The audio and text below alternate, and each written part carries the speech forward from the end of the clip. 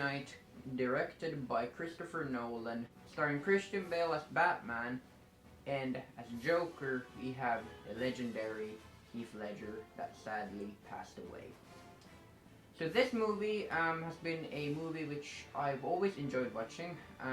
My dad actually originally showed it to me because I was a huge fan of the 1989 Batman movie, and since then I just loved Batman. And then he showed me this movie, and I was like, holy shit, this is cool.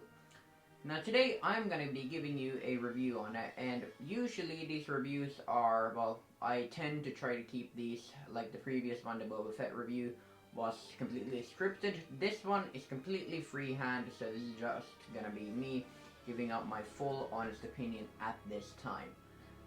So, I just, last night, I actually watched The Dark Knight, and again, I enjoyed it as always, and it's one of those rare movies which you never get bored of. At least me. A lot of movies, for me, I watched them a couple of times. I love them, but then after a while they get boring. But The Dark Knight is a movie which always stays interesting. All the action and everything is just so cool. Also, Batman Begins, which I watched. I believe the first time I watched it was at my friend's house, not my dad's house, at one of my friend's houses. And since then, I've enjoyed watching that as well a lot. And I believe that the Christopher Nolan's Batman trilogy is the best Batman trilogy we have ever had. And I believe that Christian Bale as Batman is the best Batman. Now, we're not here to talk about Christian Bale as Batman, or, well, we're going to still talk about that, but we're not going to talk about actors or whatever. We're just going to talk about the story today of The Dark Knight. So, as I already said, I love this movie. I've always loved it. I love the Joker in specific, but also started getting very close with Batman in this movie, in these movies. So this, unlike the last movie, doesn't really center around Batman. It centers more around new crime lord, so to speak, of the Joker. You can see it in the beginning. It doesn't start with Batman fighting criminals. It actually starts with Joker robbing a bank. Now later we learn that this is a mob bank. Actually, the guys in the car actually talk about it, and that's where you get kind of this start to the Joker, that what his actual plan is. So his plan was never actually to rob the bank to get the money. His plan was to corrupt or bankrupt the mob. So the Joker's whole plan is to try to fix Gotham to become a better place. But how he plays it out is that he's just an agent of chaos, and he doesn't have a plan or anything. He just wants to see the world burned. That's how he plays it out. But actually, when you listen to what he does and actually look at all the stuff what he does in the movie, you really fast can tell that he's not just an agent of chaos. He's actually trying to save Gotham with first of all, bankrupting the mob, de-corrupting, so to speak, the police, and also stopping Batman, because as we all know, Batman is a vigilante, and that is illegal, as we all know. But Batman, so Joker wants to stop Batman by sort of using his own medicine, you know, because of to stop a vigilante like this, a vigilante, because Joker is technically acting as a vigilante and trying to stop another vigilante. So it's pretty much like a vigilante tries to stop a vigilante. So that's pretty cool. Christian Bale is very great as Batman. He has always been very great as Batman. Now I know a lot of people do not like his voice or whatever, the voice what he puts on when he's Batman. And to a certain extent, yeah, I gotta agree. There's some scenes which are a bit cringy to watch. But there's also a lot of scenes which are very great, where his voice really sounds good.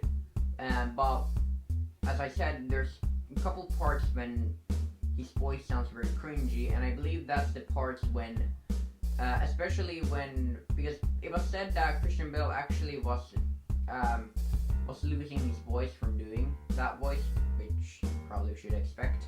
So at the end of shooting days, he's really like battling to try to have that raspy voice of him, and then it just turns into this very cringy voice. So I don't think that was the best option, the choice. But when it's perfect, it's perfect. But when it's not perfect, then it's terrible. It's like two sides of the spectrum. It's really good or really bad. Like, that's just how it is. Now, holy shit, Heath Ledger. Like, can you get a better Joker than Heath Ledger? Now, come on.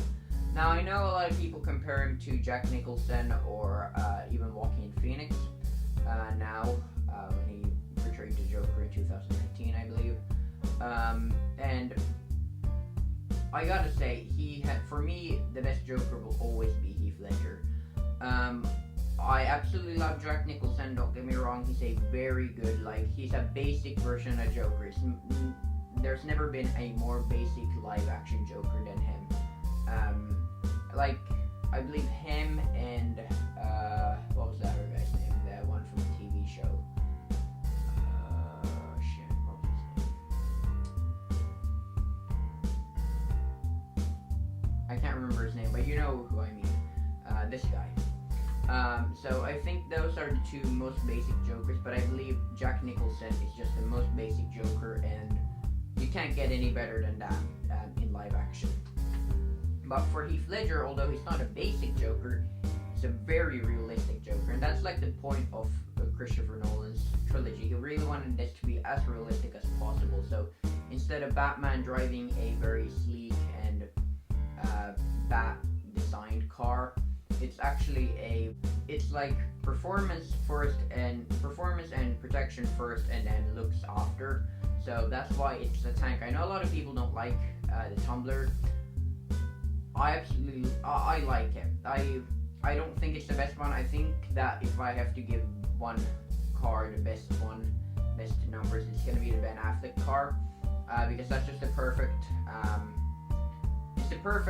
middle ground of the 1989 Batman movie, and then also the Christopher Nolan's tank. I believe that's always gonna be for me my favorite Batmobile. But as we were talking about the Joker, and I just love the Joker. He's kind of like, I know he's scary, but in a cool way. He's not like this, well, how would you say? He's not like this overly laughing character who's crazy and all this stuff. He's quite down to earth character, but he is crazy still. He still has Joker parts about him. He still laughs and everything. And come on, look at him. He looks so fucking cool. Now, Harvey Dent or Two-Face. I'm not a huge fan of Two-Face. I don't have anything against Two-Face or anything like that. But I just never have been really interested in Two-Face. But to be honest, the guy who, I don't remember his name, but the guy who played Two-Face in this movie, and also Harvey Dent, he did an absolutely great job, especially as Harvey Dent. When he became Two-Face, there was a little too little about him. I get where the character was coming from, but there was just too little about him in the story to really make sense. I would have really liked to see this The Dark Knight be put into two parts, because I feel like there would have been a lot of potential with Two-Face's character, and I would have liked the Joker to take over in the first version of the first episode of The Dark Knight, and then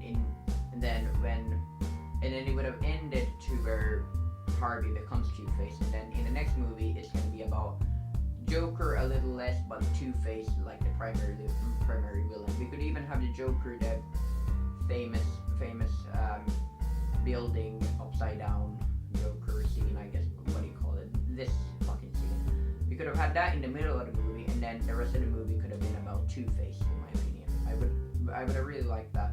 And I know they wanted to go make it more realistic, and because obviously, realistically, you would not be able to live with that kind of scarring for long. You could not live with a burnt side of your face, because that would obviously catch a lot of viruses, and you would probably quite fast die to that kind of stuff, or bacteria, and then you wouldn't survive. You wouldn't survive that long. So I get what they were going for, but I just feel like they should have probably made Two-Face more interesting. They could have made Two-Face more interesting. Anyway, like Two-Face, like Harvey Dent, especially Harvey Dent, and Alfred in this movie. Oh my god, like it. All of these characters, Commissioner Gordon, everybody is like Oscar level type shit, which I love. Anyway, I'm not gonna spoil any more of it. I just wanted to just give my thoughts about this movie.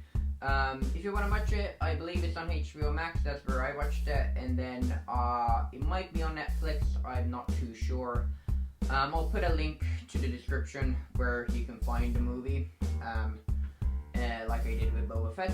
Anyway, I hope you all enjoyed, and I will see you all next time. Goodbye. I believe whatever doesn't kill you simply makes you stranger. Some men just want to watch the world burn.